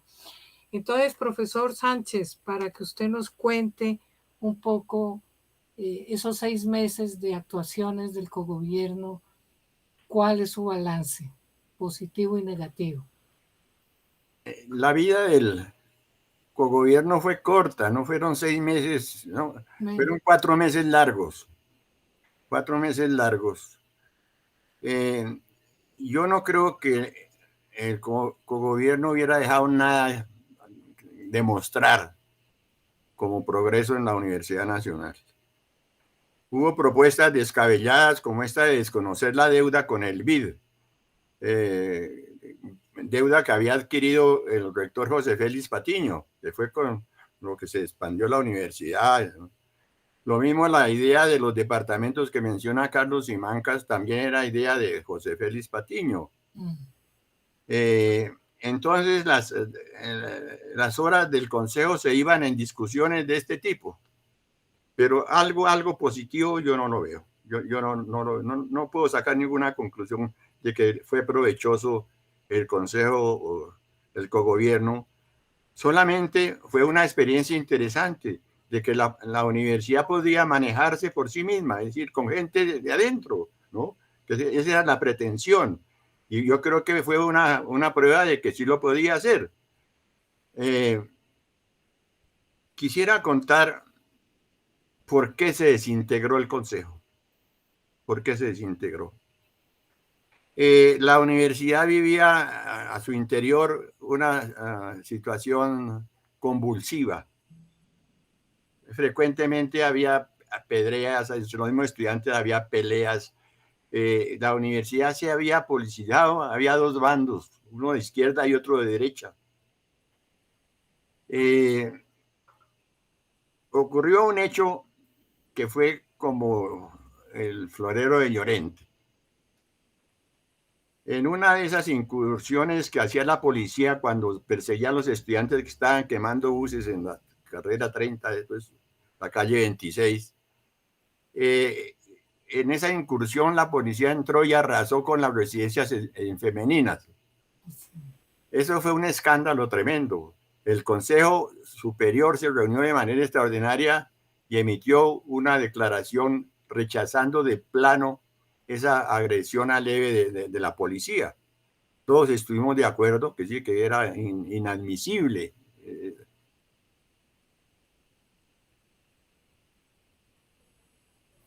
En el Hospital San Juan de Dios y en el Instituto Materno Infantil se presentaron unos hechos para mí monstruosos. Yo era director del Instituto Materno Infantil y fui pues testigo de primera mano de lo que ocurrió allí. Los estudiantes en asocio con los trabajadores que les adeudaban unos meses de salario pues decidieron declararse en paro. El paro consistió en cerrar las puertas del hospital. Yo llegué a trabajar al materno infantil y estaba bloqueada la puerta por unos estudiantes. No habían dejado salir a los médicos que estuvieron trasnochando, estaban trasnochados, ni a las enfermeras. Es decir, bloquearon las entradas del Hospital San Juan de Dios y del materno infantil. Esto duró varios días. Los estudiantes del Hospital San Juan de Dios, en la sala de espera, establecieron el Teatro Revolucionario Camilo Torres. Allí daban cine revolucionario en las tardes y en las noches, y bajaban a los enfermos de todos los pisos a ver cine revolucionario. Impedían que los familiares visitaran a los enfermos. No, algo descabellado, algo loco, impensable, impensable. Pues yo, que fui testigo de excepción de esos hechos, y siendo médico, siendo profesor en la Universidad Nacional, pues está totalmente iracundo. Solicité que se reuniera el Consejo Superior. Les denuncié el hecho. Y el Consejo se quedó impávido, que eso no tenía importancia. Los estudiantes dijeron que toda forma de lucha era válida, y esa era una forma de lucha de las bases. Esa fue la respuesta de los estudiantes. Entonces, yo manifesté que me retiraba del Consejo. Que si el Consejo no se pronunciaba con la misma rigidez y vehemencia con que se ha pronunciado cuando la policía entró a que denunciara estos hechos, yo me retiraba del Consejo. Evidentemente sucedió así, y coincidieron con que ya a los decanos que estaban en el Consejo Superior se les había vencido el periodo y tenían que renunciar. Entonces se desintegró el Consejo. Había salido el rector Fonseca y había entrado el rector Arias de Grey, que fue un rector, lo digo, yo lo quiero mucho a Jorge, pero muy pusilánime, le faltó temple para dirigir el Consejo. Entonces, ante esa perspectiva, el Consejo se desintegró. Pero quiero contarles dos hechos más. ¿Cómo estaría difícil la situación al interior de la universidad? Que la noche que yo iba a denunciar estos hechos en el Consejo Superior, en la reunión extraordinaria del Consejo, a mi casa llegó un grupo de estudiantes de la Universidad Nacional a que los escuchara. Me dijeron: mire, doctor Sánchez, está previsto que cuando usted llegue al Consejo lo van a linchar. Así están las cosas, lo van a linchar. Nosotros nos hemos conformado en grupo de choque. Somos un grupo de choque que vamos a pelear con los de extrema izquierda. Me dijeron el nombre del profesor que los estaba organizando, un profesor muy destacado de la ciudad de Tunja. Entonces me dijeron: pero vaya tranquilo, que nosotros estamos muy pendientes de usted. Evidentemente, cuando llegué me bajé del carro para entrar a la sala del Consejo, vi a los estudiantes que han ido a mi casa con bates de béisbol y manoplas. Es decir, eso yo les advertí: yo no quiero de manera alguna que haya un enfrentamiento entre estudiantes, que haya heridos o que pueda haber muertos. Y me dijo: no, nosotros manejamos la cosa muy tranquilamente. Evidentemente, fuera de gritos destemplados que me lanzaron cuando entré, no ocurrió nada más. Eso para que poner de presente cómo era la situación en el seno de la universidad. Un minutico, profesor. Y la otra es la siguiente: que una vez que se desintegró el Consejo Superior, el doctor Galán me llamó y me dijo: el presidente quiere hablar con usted. Lo espera el sábado en Hato Grande. Evidentemente yo me fui con el ministro Galán para Hato Grande, y el doctor Pastrana Borrero, hablamos de la universidad. Me dijo: yo quiero oír su lectura de lo que está pasando en la universidad. Yo le conté lo que estaba ocurriendo. Y me dijo: mire, doctor Sánchez, con el doctor Galán sabemos que usted es una persona de temple, que conoce muy bien la universidad, le ofrezco la rectoría de la universidad. Esto fue en el año 72. Yo le dije, mire, presidente, le agradezco mucho, pero la situación es muy difícil. Es inmanejable. Es inmanejable, como se comprobó pues, posteriormente con Luis Carlos Pérez, que el presidente López pensó que nombrando un rector de izquierda se iba a enfriar la situación en la universidad. No, el rector Luis Carlos Pérez no alcanzó a durar un año, tuvo que tirar la toalla porque es inmanejable una universidad así. Yo se lo expresé al presidente así, en esa manera. Y me dijo, es que si es necesaria la fuerza pública, yo le ofrezco la fuerza pública. Le dije, precisamente por eso no le acepto, señor presidente, porque yo no quiero manejar una universidad cuartel. Para mí sería ideal manejar una casa de cultura y no una universidad cuartel. Entonces no fui rector en ese momento. Y cosa curiosa, 10 años después fui rector en otras circunstancias, que también era una universidad inmanejable en ese momento. Eran otros los actores, pero también era inmanejable la universidad, con las residencias y una cantidad de problemas. Entonces, eso es lo que yo puedo contarles y muchas otras cosas más, pero el tiempo es muy corto. Ahorita en la otra ronda, yo creo que no se construyeron los consensos necesarios. No recuerdo bien, pero creo que después de la elección del cogobierno, nosotros desmantelamos los comités de base, que deberían haber seguido funcionando, por lo menos para construir los consensos. Fue una elección y el estudiantado quedó a merced de todas las influencias abstencionistas y de todas las influencias de ultraizquierda que fueron minando lo que era la legitimidad de las personas ahí elegidas. Y por el otro lado, pues la voluntad del gobierno, evidentemente tampoco existía. Pero en esta última ronda, ¿cuál sería la...? Ahora se habla de que es necesario reformar la ley 30 del 92. Entonces parece que lo único que quedó del cogobierno fue la expulsión de los actores externos. Ahora la universidad la controla presidencia con sus delegados. ¿Qué hay retrospectivamente de esa época que puede servir o que es válido para una reforma democrática de la Universidad Nacional, de la Universidad Colombiana? Juancho.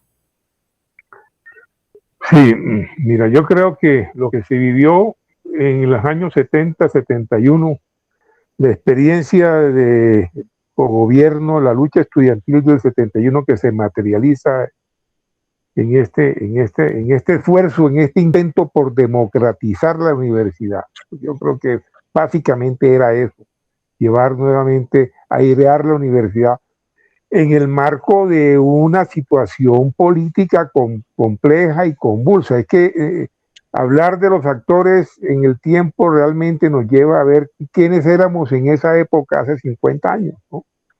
Yo cuento una experiencia personal. Cuando estábamos en los años, era el mes de febrero o marzo, yo vivía en residencias allá en la Camilo Torres.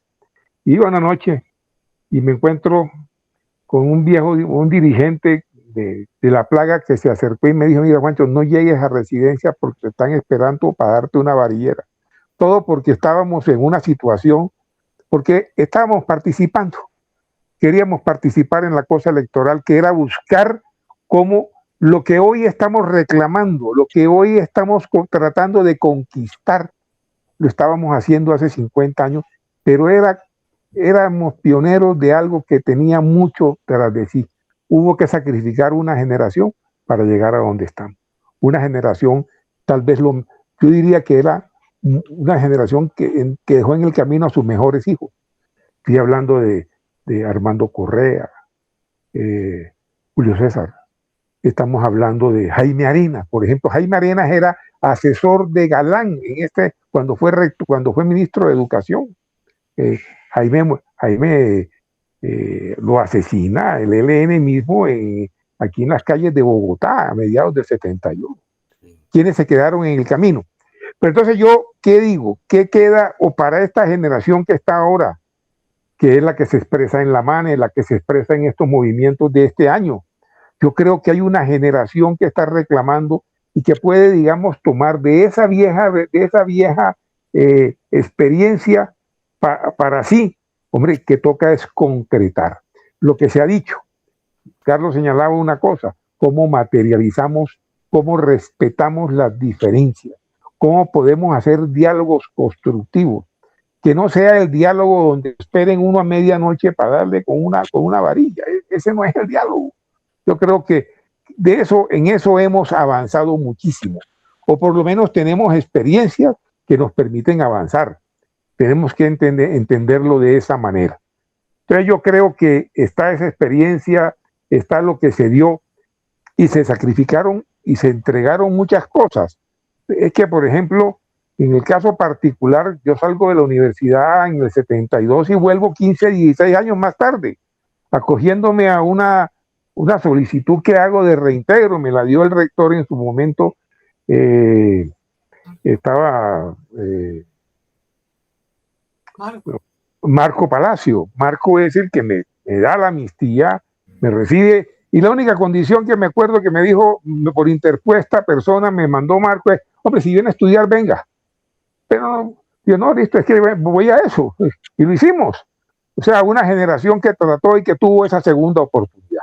Entonces yo soy como la expresión de esas segundas oportunidades, y creo que esta generación que está hoy en la calle, que está peleando en la universidad, que está buscando la reforma, necesita también esa segunda oportunidad, y esa segunda oportunidad se lo da que en buena medida la experiencia que la podemos transmitir nosotros, que fuimos los viejos dirigentes de antaño, los profesores que aún se mantienen. Yo, por ejemplo, valoro muchísimo que esté el profesor Sánchez todavía en la universidad. Esa experiencia es ese acervo de lo que se vivió desde los años. Es que el profesor Sánchez viene desde la época de José Félix Patiño, de los años 60, ¿cierto? El caso de Víctor Manuel Moncayo. Víctor Manuel es otra expresión de eso. Entonces yo creo que ahí es eso lo que yo podría señalar. Esta generación que está hoy tiene que recoger eso, verlo de manera crítica, pero yo creo que están dadas unas bases para poder encontrar caminos que se merece la sociedad y la juventud colombiana. Gracias, Juancho. Y Carlos, ¿cómo ves esa relación pasado-presente ahora que la ley 30 se propone reformarse, pero que uno no sabe qué fuerzas y quiénes, sobre todo en el establecimiento, podrían plantear en qué sentido una reforma de la ley 30? Bueno, ahorita lo que sucede es que detrás de todo esto siempre uno llega a una discusión de fondo del modelo de desarrollo que nosotros tenemos, y que es el que nos lleva a algunas cosas sectoriales expresarlas. Pero quiero aprovechar estos minutos para decir algunas cositas un poquito adicionales antes. Me parece, veo al profesor Sánchez respecto de la experiencia. Yo creo que es la diferencia generacional de él y nosotros en aquel momento, incluso, porque ya él era una persona más madura que nosotros en ese momento, pero lo observo muy radical con la experiencia, porque en todo proceso de conocimiento siempre hay algo pionero, siempre hay algo que detona, siempre hay algo que, aunque sea negativo, se transforma y se convierte en un antecedente positivo. Y en ese sentido yo creo, con todo respeto pues, y el cariño y el aprecio que le tengo, a pesar de que no nos hemos visto en esos tiempos, pero siempre para mí Fernando Sánchez Torres ha sido un referente.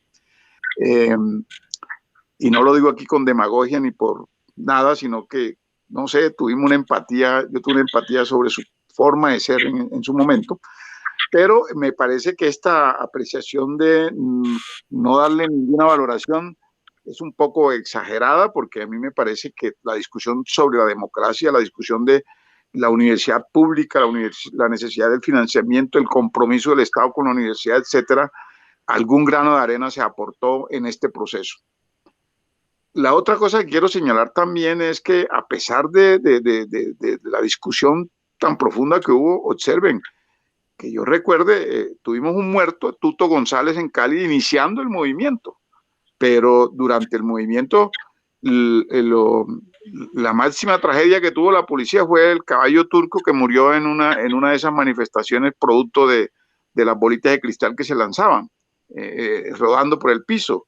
Pero nosotros no tuvimos esa policía agresiva, esa policía que está cuestionada hoy, por ejemplo, a estas alturas. Hoy día, pues le dan una bolillera a Samuel Camargo, pero aquí estamos hablando con él. Hoy día cogen a alguien y ese alguien prácticamente resulta desaparecido.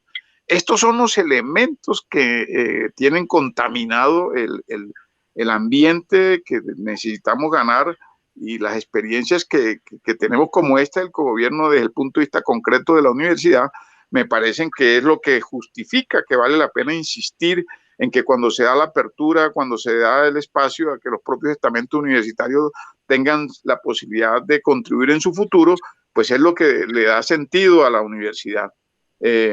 Yo creo que el gobierno ajustó de todas maneras participaciones, no que fueran, digamos, negativas o malas en la universidad, pero que de todas maneras respondían a otro tipo de intereses, Yo, por ejemplo, creo, siempre aparece este tema que hay algún sector empresarial que dice, por ejemplo, que hay que producir son mano de obra para el mercado de trabajo. Resulta que la mano de obra para el mercado de trabajo es una sociedad con unos cambios y unas transformaciones a tal velocidad. La universidad pierde su autonomía cuando la universidad se pretende simplemente en algún momento yo creo que pensaron formar gente para los oficios, y yo soy un creyente de que las transformaciones de la universidad tienen que centrarse en un mayor rigor en la investigación, mayor rigor en la búsqueda de conocimiento científico, y por eso el fortalecimiento de todos estos estudios posgraduales, etcétera. Hay un profesor de la universidad que yo quise mucho, que fue mi profesor de física en la Facultad de Ingeniería, Pablo Orozco, recientemente fallecido. Con él adelanté el proyecto más bonito que creo que adelanté en la Secretaría de Desarrollo en la administración de Gustavo Petro. Fue que nos hicimos un proyecto de regalías de 15.000 millones de pesos para financiar 40 doctorales en temas relacionados con las problemáticas de Bogotá. Lo logramos, contratamos a Ceiba, que dirigía el profesor Pablo Orozco, para administrar esos. Y hoy tenemos, algunos ya han terminado incluso su doctorado, 40 personas en muchas partes del mundo estudiando temas que tienen que ver con la problemática de Bogotá a un nivel doctoral, que es lo que creemos nosotros puede también ayudar mucho. Digo esto porque yo creo que el papel de la universidad es este. Y me entristece la muerte del profesor Orozco porque en una tarea de esta magnitud, un concejal de Bogotá se atrevió a cuestionar a Ceiba, que era nada menos que la unión de la Universidad Nacional, la Universidad de los Andes, la Javeriana y el Rosario, para administrar este tipo de programas, y lo empezó a cuestionar y que porque era una fundación fantasma. Entonces, ahorita yo creo que la reforma de la universidad colombiana, ¿verdad?, está inserta en la necesidad de reformar el modelo de desarrollo sostenible que requiere esta sociedad y que fundamentalmente tiene que ser en democracia. Y que por esa razón yo creo que una tarea inmediata es la tarea de resolver la guerra de este país. Hay que acabar con la violencia, hay que asumir el instrumento del diálogo como un instrumento fundamental para la discusión de los problemas de esta sociedad, y en el caso de la reforma de la educación no puede ser una reforma ni centralizada en Bogotá, sino descentralizada. Cuando se habla de que el territorio juegue, también tiene que ver que jueguen los territorios de las universidades. Yo creo que la Universidad Nacional, ese famoso papel rector que se reclama, que a mí no me gusta mucho esa expresión, pero sí creo que en el papel de la Universidad Nacional, por su experiencia, por su papel que ha jugado en este país, es evidentemente un líder para orientar hacia dónde dirigir los temas de la universidad, que de todas maneras tienen cosas concretas, como el problema del financiamiento, y que tienen cosas concretas como el problema de qué rutas definir para abordar la investigación y la creación de nuevo conocimiento científico y promover la innovación que requiere la sociedad colombiana. Gracias, Carlos. Samuel, ¿tú cómo ves la situación? Porque la idea mía es que el 71, mi recuerdo es que había un gran debate y había un carácter propositivo. Y ya en un pantano que yo vi entre finales de los 70 y principios de los 80, esa mediación entre pensamiento y acción casi no existía porque había más era acción, poca discusión, poca deliberación. Entonces, no sé, Samuel, ¿tú cómo ves esa herencia que los del movimiento del 71 podemos reivindicar para el presente? El micrófono.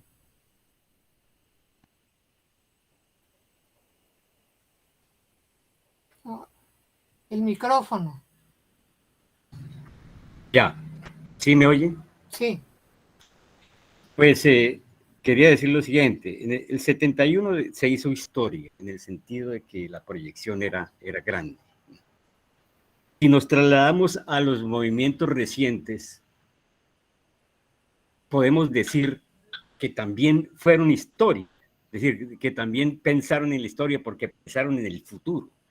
Yo me puse a oír, a escuchar a los dirigentes estudiantiles de este último movimiento nacional que hubo y se expresan de una manera elegante, precisa y dicen eso, nosotros estamos luchando es por un futuro, porque la juventud actual en el gobierno dictatorial de Uribe no tiene futuro y ellos lo ven así y están luchando por un futuro y más de uno hablan de ellos. Cuando habla de los movimientos estudiantiles no se refiere a los 80 y los 90, sino al de los 70. Es decir, porque nosotros sembramos esa idea, la del futuro. En ese tiempo, la del futuro de la universidad, hacer una universidad moderna, científica, popular. Pues, recuerdo yo las consignas. Que en este momento la universidad pues no tenga así el liderazgo, pero sí sé que la juventud en general tiene un liderazgo en Colombia, y eso no tiene que ver con la universidad en que están. Si ustedes oían por la televisión, pues que la expresión de los jóvenes estaban con ideas de construir un país nuevo. Yo creo que eso es muy positivo. Eso es muy positivo porque ya no es que la huelga para echar un profesor de la Universidad del Valle o por protestar porque nombraron un decano que no les servía o para lograr una mejora del bienestar estudiantil. No, están pensando en Colombia los jóvenes y eso me parece muy positivo y me parece que también es una herencia del movimiento del 71. El movimiento del 71 pasará a la historia, creo yo, ¿no? Porque fue cuando quisimos tocar el cielo con las manos, ¿no? Nos reprimieron muchísimo, como digo, nos molieron a palos, sufrimos cárcel. En ese tiempo no estaba de moda matar gente, eso se le corrió, fue a Turbay, ¿no? Pero sí pasábamos cárcel. Marcelo duró más de 6 meses en la cárcel. A mí me ponían 15 días. Yo creo que en una estuve yo con Simancas. ¿Y qué? Pero entonces esa generación pensó en el futuro y la nueva generación, la cual está pensando en el futuro. Y a mí me parece muy positivo eso. Gracias, Samuel. Profesor Fernando, para ir cerrando, aquí pues ya vimos dos visiones, una positiva, una negativa, pero de todas maneras, en lo que se plantea para el hoy y para la reforma de la Ley 30, ¿usted cómo ve los legados de los movimientos universitarios anteriores? En primer lugar, quiero referirme a una aseveración que hizo Carlos Simancas. Pues no sé si fue él o fue que Samuel Camargo, de que la Universidad Nacional en este momento se caracteriza por su centralismo. Carlos. Creo que fue Simancas. Yo creo, lo digo con autoridad por estar en este momento en el Consejo Superior, de lo que menos tiene la Universidad Nacional en este momento es centralismo. La Universidad Nacional se abrió al país. En este momento tiene 10 sedes, algunas de frontera, y trabajan articuladamente con la parte central. Yo creo que en este momento, por primera vez, la Universidad Nacional sí es Universidad Nacional. sí es universidad nacional. Y yo pienso que debe ser la rectora de la educación superior en Colombia. Y esto no es idea nueva. Santander, cuando creó la Universidad Central, quería eso, que hubiera una universidad central. Y como ustedes saben, el histórico lleva a que la Universidad Central terminó en Universidad Nacional. Y también en 1850, cuando José Hilario López también, que él acabó con las universidades, pero al fin aceptó que la universidad era indispensable, y allí renació la universidad con el nombre de Universidad Nacional en el año 67, también con el ánimo de ser rectora. Yo pienso que es lo que debemos propiciar, que la Universidad Nacional sea la primera en el país, la que dé ejemplo, la que sea la guía para todas las universidades públicas y privadas del país. Eso es lo que hay que propiciar. Lo otro tiene que ver con lo que aspiran los movimientos estudiantiles. Yo insisto, no nos digamos mentiras, ya saben, yo estoy muy viejo ya para aceptar mentiras.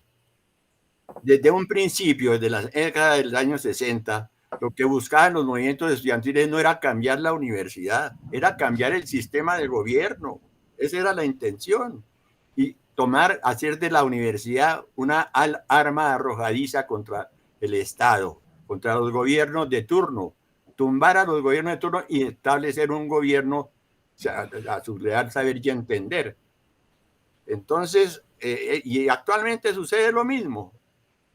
Yo no olvido unas palabras que me decía el profesor Gerardo Molina, que fue mi asesor durante la rectoría. Gerardo Molina decía, la universidad no es la encargada de hacer la revolución. El papel de la universidad es formar los líderes que hagan la revolución por fuera. Pero no seamos ingenuos, no aspiremos a que desde la universidad vamos a tumbar al gobierno. Eso me lo decía Gerardo Molina. Y eso hay que decírselo a los muchachos, ¿no? Ellos con esos movimientos de pedreas y cosas que paralizan la universidad por temporadas, lo que hacen es causarle un daño muy grande a la universidad. En la década del 70 y del 80 la universidad no avanzó, sino se retrocedió. Lo que había ganado lo fue perdiendo la universidad en esa época. La universidad funcionó de una manera tan irregular que en la década de los 70 hubo 10 rectores. 10 rectores. Hubo rectores que no duraron sino 6 o 4 meses. Es decir, la universidad iba al garete. Entonces, ¿por qué? Como consecuencia de eso, de aspirar a tumbar al gobierno central desde la universidad. Y se sigue con esa tónica, con esa pretensión ingenua, porque es ingenua. La universidad va a seguir de tumbo en tumbo. En este momento, yo pienso que la universidad pública ha ganado mucho. Su sistema de gobierno, su gobernanza, en la mayor instancia, más alta instancia, que es el Consejo Superior, pues es democrática hasta cierto punto. Tiene una representación del gobierno, pero la mayoría la conforma gente del seno de la universidad. Entonces, sí ha ganado en eso. La universidad ha progresado. Yo hablo de la Universidad Nacional, que es la que de verdad conozco. Ha progresado mucho. En este momento está en el ranking entre las 10 mejores de Latinoamérica. Le acaban de dar el Ministerio de Educación y el Consejo Nacional de Acreditación la acreditación de alto nivel por 10 años a la Universidad Nacional. No está mal, le falta mucho. Y lo que falta es por presupuesto. La Universidad Nacional siempre ha padecido penuria financiera. Lo digo en mi gobierno de la universidad, padecí mucho por eso, por falta de dinero para funcionar adecuadamente. Y lo mismo ocurre ahora. El gobierno debe tener en cuenta que las universidades son el cerebro del país, son emporios de inteligencia, y de ahí salen las personas que deben manejar el país, ¿no? Entonces, no es buena política olvidarse de la universidad, darle prioridad a otras cosas, si la universidad es el cerebro del país. Entonces, yo creo que... Señora. Un minutico, profesor. No, pues el minutico para darles las gracias. Las gracias por haberme invitado a esto, haber compartido tan gratamente con estos personajes de aquella época, ¿no? Y que sepan que yo desde el Consejo Superior siempre he tenido un espíritu académico. Tengo mi ideología política y defiendo mis ideas políticas, pero sin llegar a extremos de violencia. Con el diálogo, con la palabra. A mí me fascina conversar con gente contraria a mi ideología política en ánimo tranquilo, ¿no? Que es como debe manejarse el país. Así debe manejarse el país, con diálogo y tranquilidad, ¿no? Pensando únicamente en el país, en un mejor futuro del país. Muchísimas gracias por haberme invitado y por haberme escuchado. Un abrazo sincero a Juancho, a Samuel, a Carlos Simancas. Que se cuiden mucho de este tremendo embate que tenemos con el COVID-19. Muchas gracias. Muchas gracias. Pues yo creo que este evento es una invitación también para que la Universidad de Antioquia, la Santiago de Cali, la de Nariño y la UIS, donde dicen que hubo fórmulas similares, hagan sus eventos y escriban al respecto. Y aquí han quedado pues como muy definidas dos posiciones. Lamentablemente el profesor Víctor Manuel Moncayo hubiera sido muy bueno. No estuvo, pero me parece que es muy importante porque se abre unos temas que, como yo lo señalaba anteriormente, ha sido poco explorado. El cogobierno casi que como que se construyó la propuesta en el programa mínimo, se negoció con el gobierno y se hicieron unas elecciones, pero no hemos podido conocer todavía ese hacer y ese balance del hacer de esos 4 cortísimos meses de una experiencia que posiblemente en algún momento pueda restaurarse en el país, porque el cogobierno desde Córdoba es una fórmula estamentaria que debe dirigir las universidades. Yo sí creo que la universidad debe ser dirigida por decanos, profesores y estudiantes. De todas maneras, si quieren tener un minuto para cerrar, con todo gusto, Juancho, Carlos y Samuel. Sí, Aura, yo primero que todo agradecerte a ti, a la revista de Ciencia Política, a la universidad, pues nuevamente al profesor Sánchez, a Carlos, a Samuel, por poder compartir estos momentos en donde hacemos remembranza de cosas de hace 50 años. Fácil no es, pero digamos encontramos que la memoria pues de alguna manera nos apoya, nos acompaña. Pues volver nuevamente a recordar a quienes en aquella época compartimos esos momentos, nuestros compañeros de generación, unos que se quedaron, otros que faltan, otros que todavía están con nosotros, a los que se fueron, a Uriel, a Leonardo, pues tantos que se quedaron en el camino, a los que están con nosotros, Samuel, Carlos, ¿cierto?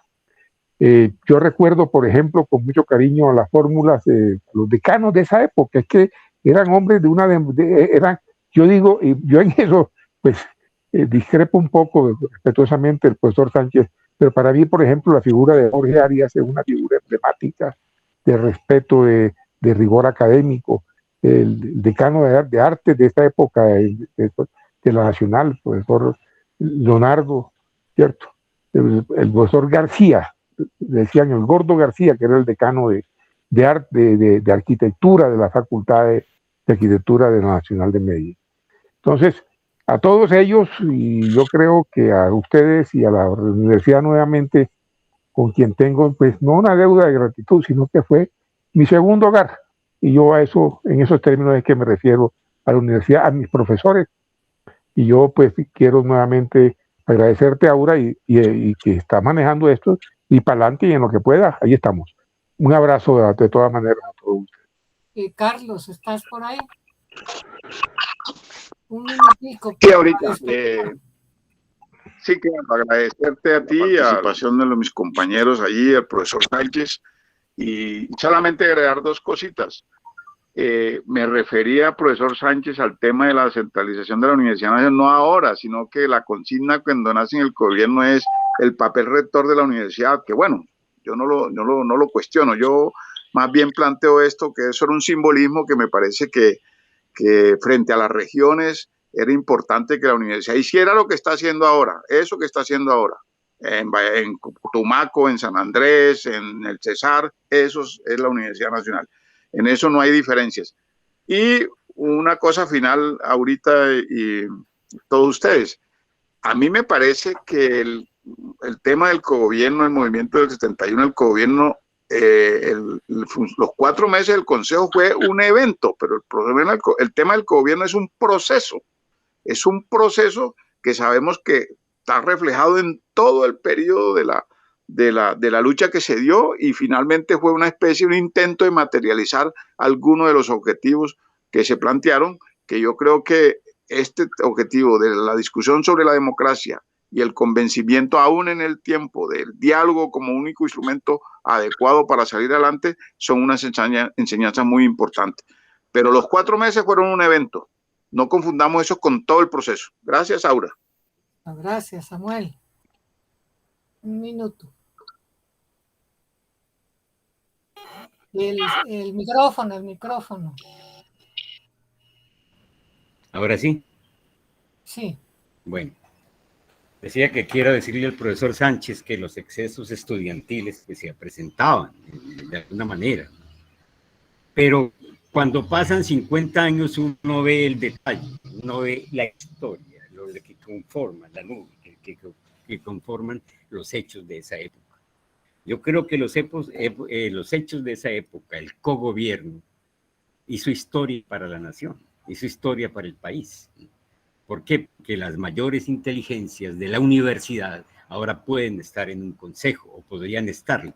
Usted dice que el consejo no es antidemocrático, pues está bien, pero hace falta más, por ejemplo, representación profesoral, estudiantil, de decanos, como lo planteábamos en aquella época. Por lo demás, me gusta haber visto a Juancho, pues, hablar de nuevo. Nunca había hablado tanto él como habló hoy. Y a Simancas. Carlos Simancas yo fui, lo candidaticé del Consejo Superior Universitario. Y entonces, pues, yo fui su candidato, él siempre lo ve así y me alegra que así lo sea. Estos eventos, Aura María, son muy interesantes porque lo obliga a uno a recordar, lo obliga a uno a fijar algunas ideas, lo obliga a revivir, digamos, una época en que fue intelectualmente célebre y una época en que nosotros pues también nos la jugamos hasta la vida, es que ahí entre tanta bolillera. Pero seguíamos vivos, como dijo Simancas, ¿no? Que Samuel Camargo le dieron bolillo, pero está vivo. Pero cuando llegue el señor Turbay, y que ahí la cuestión pues era plomo, pues entonces ahí se acabaron las ideologías. Ahí era el sálvese quien puede. Y finalmente, María, pues una vez más te felicito por estas reuniones. A mí me agradó mucho ver al profesor Sánchez de nuevo al cabo de mucho tiempo, al cabo de 50 años, a Juancho, a Simancas. Bueno, entonces me alegra eso y bueno, que ojalá nos volvamos a ver y a oír. Es muy emocionante, la verdad. Yo me estoy emocionando mucho. Profesor, ¿quiere cerrar con un minuto? ¿Otra despedida? ¿A quién dirige a mí? Sí, un minutico para... No, pues esto es demostración de que la Universidad Nacional está viva. Es decir, que logre recoger gente de hace 50 años para que reflexione acerca de la situación de la universidad, que exprese sus experiencias. Es algo que tiene sentido, en el fondo tiene su sentido. La universidad no está dormida, la universidad está pensando en su ayer, en su presente y en su futuro. Entonces, sí, que estas reuniones se sigan haciendo con distintos participantes, protagonistas. Es muy importante oír la historia. porque surgen. ¿Aló?